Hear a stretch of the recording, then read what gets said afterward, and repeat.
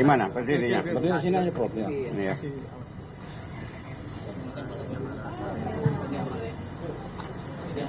Yang lain harus kelihatan fotonya itu, Pak Makarim, Pak ini di sini, sebelah sini, Pak Makarim di sebelah sini, biar di foto kelihatan.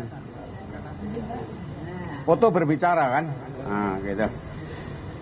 Saudara sekalian, terima kasih ya bahwa gerakan Nurani Bangsa kali ini kelanjutan dari silaturahmi konsultasi dengan beberapa sesepuh bangsa yang lain.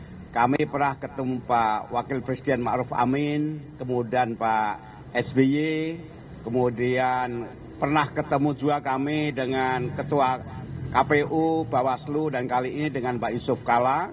Mereka semua kita jumpai sebagai sesepuh yang kita minta masukan dari GNP ini. Bagaimana agar kita ini bisa mengawal pemilu berlangsung dengan bersih, dengan fair, transparan, dan jujur, bebas dari berbagai kecurangan dan tekanan, sehingga kemudian menghasilkan hasil pemilu yang berkualitas dan bermartabat. Dan itu sebagai modal untuk kelangsungan pembangunan Indonesia ke depan. Jadi concern kami adalah bagaimana mengawal pemilu bersih, bebas dari kecurangan dan tekanan dari manapun juga. Ini sekedar sebagai pengantar awal. Selanjutnya Pak Yusuf Kalla atau Bu Sinta, Pak JK. Oh.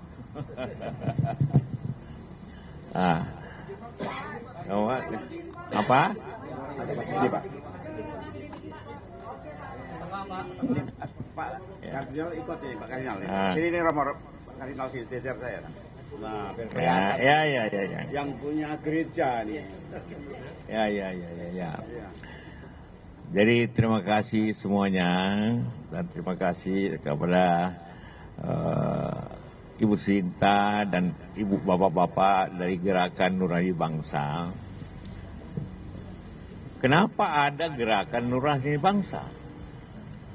Karena ada pertanyaan dan kekhawatiran bahwa hati nurani kita, khususnya hati nurani kekuasaan, sudah menurun. Sekiranya hati nurani baik, tidak ada gerakan ini ya. Ya. Sama dengan gerakan hidup sehat, mungkin kita sakit. Jadi ada gerakan hidup sehat, supaya tetap sehat. Nah, hati nurani yang menentukan cara kita bergerak, cara kita berbuat, harus kembali ke situ. Maka menghadapi pada kepemimpinan masa depan yang dipilih nanti pemilu seminggu lagi, itu sangat menentukan nasib bangsa, negara pada sekarang dan masa depan. Sangat penting. Karena itulah yang menentukan kita semua. Maka tentu kita semua mengharapkan kita kembali ke situ. Tapi itu harus dijaga.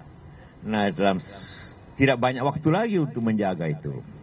Karena itulah maka nanti pada 7 hari lagi kita harus mendukung aparat negara, polisi, kepada pemerintahan, sampai kepada desa, tentara, agar kembali ke hati nuraninya.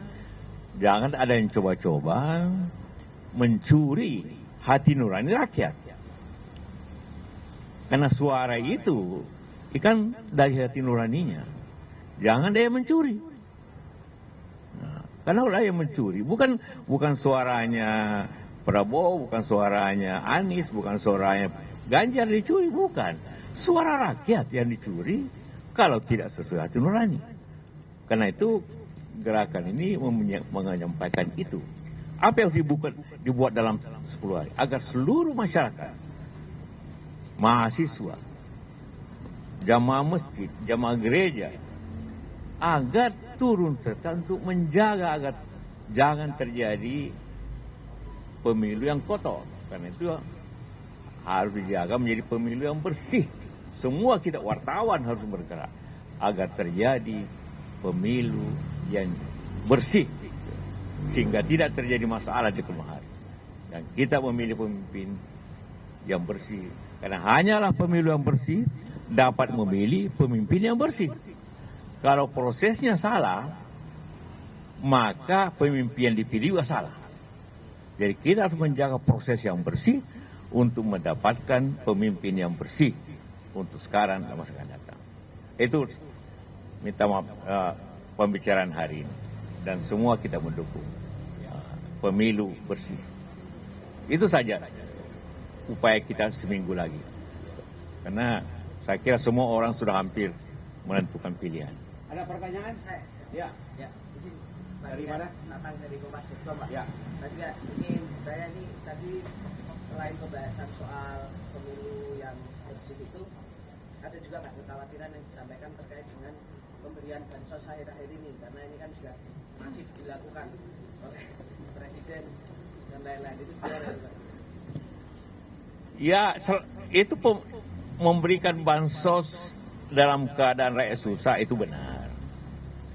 Tapi caranya harus benar juga. Kalau bansos dikasih di pinggir jalan, dikasih di pasar, dikasih di kumpulan orang, itu kan melanggar aturan. Aturan yang benar itu ialah berikan bansos kepada orang yang membutuhkan sesuai nama dan sesuai alamat. Karena itu yang harus memberikan itu ialah kepala desa, camat yang benar. Karena kalau panggil orang semua, tidak apa belum tentu dia butuhkan. Karena ia membutuhkan itu ada. Dan waktu yang tepat. Jangan dipaksakan menjelang tanggal 14. Walaupun tidak diakui tetap saja kenapa tidak tanggal 20. Ya, jadi bansos itu benar, tapi dengan cara yang benar juga. Nah, itu dia. Kali yang baik. Keras.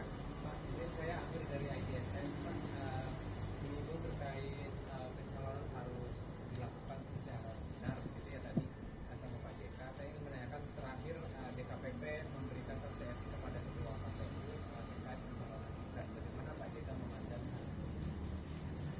Bagi kita semua bahwa cara yang tidak benar akan menghasilkan juga tidak benar. Tapi itu sudah lewat. Tahu saja kita pikir itu biar pikirannya yang kita seminggu ini tahu saja kita berdebat benar tidak. Yang terada semua daftar surat suara sudah dicetak, tidak bisa dirubah lagi. Jadi yang benar ialah membuat pemilu itu bersih. Itu aja. Sekarang seminggu ini gerakannya, gerakan secara nasional. Ya. Ada izin juga ini kan hari ini banyak sekali lagi dari Kutangan hari ini banyak sekali Pak JK singkat akademika bahwa sudah lebih dari 20 perguruan tinggi negeri yang mengkritisi katanya pelaksanaan demokrasi Jokowi ini kurang atau tidak baik. Kalau Pak JK sendiri seperti apa Pak JK? Apakah ini juga menunjukkan bahwa nantinya pemilu ini khawatir tidak akan bersifat dengan adanya kritik-kritik yang akan bersifat? Pendapat begitu banyak akademisi, para guru besar, para rektor tidak terbantahkan, dan saya tidak akan menilai itu. Karena bagaimana bisa saya menguji kepada begitu, mestinya mereka menguji kita semua. Yang ini kan profesor penguji semua. Berarti apa yang dikatakannya itu ya adalah hati nurani, atas nama hati nurani dia, kebenaran dia. Kan? Ini profesor, masa kita uji profesor? Saya Thomas dari Kumpulan.com mau menyampaikan tadi kan banyak sivitas akademika yang menyampaikan protes terkait pemerintahan Jokowi. Tapi ini ada juga dari beberapa pihak rektor yang justru menyampaikan apresiasi Jokowi, katanya itu disuruh oleh kepolisian. Gimana Pak JK melihat? Saya kira tidak perlu dinilai itu. Kalau saya baca dari berita Anda ya, ada seorang rektor yang didatangi yang hanya wawancara sesuatu, kemudian wawancaranya dipotong-potong menjadi kalimat yang mengatakan pemerintah ini berjalan baik, itu aja dimuat dan tanpa izin. Jadi prosesnya salah, dunia salah, tapi apapun upaya hati nurani ada di pihak para guru besar itu.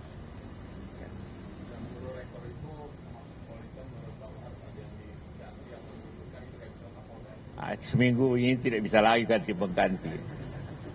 Udah cukup ya. Terakhir siapa? Oh, enggak. Bukan benar. Saya mau menyampaikan ke teman-teman saja ini siapa yang hadir dari Gerakan Nurani Bangsa. Yang hari ini hadir adalah Ketua Gerakan Ibu Sinta Nuria Abdurrahman Wahid. Lalu kemudian ada Romo Kardinal Suharyo dari Masyarakat Katolik, ada Pendeta Gomar Gultom dari Masyarakat Kristen Protestan se-Indonesia, lalu kemudian ada Ibu Omi Komaria Nurholis Majid, ada Profesor Makarim Wibisono, ada Profesor Eri Seda dari Universitas Indonesia, dan juga ada Prof. Komarudin Hidayat, saya organizer saja. Jadi kami tadi berdialog sangat seru di dalam, dan apa yang tadi teman-teman tanyakan sebetulnya kami juga tanyakan kepada Pak JK, tapi intinya dari pertemuan tadi adalah kita akan bersama-sama sekuatnya mendorong pemilu bersih, itu dulu, begitu. Oh iya, kami ada agenda dengan Kapolri, dengan Panglima TNI, Presiden, tapi waktunya sudah mepet dan sebagian menyediakan setelah 14 Februari. Tapi hari ini kalau boleh saya ulangi lagi bahwa temanya, mari kita kawal agar pemilu itu bersih, transparan, kita bantu selamatkan nurani rakyat, haknya untuk memilih berdasarkan nurani dia, jangan sampai kemudian dicurangi, dicuri. Jadi kita membela nurani pemilih, yaitu masyarakat, agar menghasilkan apa ya nanti pemenang yang memang berkualitas, bermartabat dan bernurani. Itu ya. Nanti kita lihat situasinya ya. Kita lihat situasinya Mas, mana yang lebih penting. Nanti kita kabarin teman-teman. Ya, makasih. Mau tanya Romo Kardinal. Karena sedang viral video. Nah, Rono penting ini. Romo, mohon izin. Romo mau tanya ini yang pertama soal kemarin Rektor Unika Pranoto itu merasa bahwa dia diminta untuk memberikan pujian terhadap pemerintahan Jokowi dari polisi gitu. Dan Kapolda Jawa Tengah juga mengakui adanya tindakan itu. Nah, kemudian bagaimana tanggapannya Kardinal? Dan yang kedua, kemarin sempat viral pernyataan Kardinal soal guru-guru bangsa yang melakukan kritik. Hari ini bagaimana sikap dari Gereja Katolik sendiri melihatnya, karena kemarin Kardinal juga sudah bertemu dengan mungkin Pak Prabowo ataupun kontestan yang lain, itu seperti apa melihatnya? Kalau yang berkaitan dengan Rektor Unika Sugio Pranoto kan sudah jelas ya, mau ditanggapi apanya. Ya sudah. Itu juga terjadi di Universitas Katolik yang lain. Itu ya, tidak tahu saya, tidak tahu. Lalu yang kedua, saya itu kan berbicara sederhana ya. Saya bercerita mengenai sejarah umat Allah di dalam perjanjian lama. Itu saja yang saya ceritakan. Kesimpulannya, terserah penafsirannya seperti apa. Yang saya sampaikan itu sangat netral, fakta, bukan interpretasi, bukan ajakan, bukan apa-apa. Tetapi faktanya begitu, titik. Lalu silahkan menafsirkan menurut keyakinan masing-masing. Tapi itulah yang terjadi di dalam sejarah dan saya menceritakan itu saja, tidak lebih daripada itu.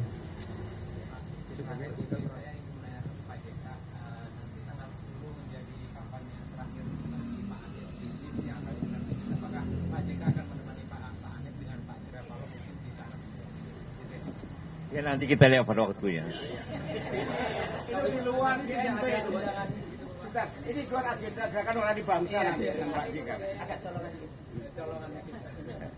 Mungkin ada sudah diundang sama Pak Anies begitu, sama Pak Mohaimin. Tidak ada undang-undang kalau begitu. Nah, namanya kampanye ya terserah. Oh, maaf, tidak ada undang-undang, terserah masing-masing. Ya, itu kan. Nanti kita lihat dulu. Bukan karena saya lihat bisa sekian banyak orang, nanti macet di jalan, saya tidak bisa pulang nanti. Jadi saya pikir itu. Terima kasih semuanya, makasih.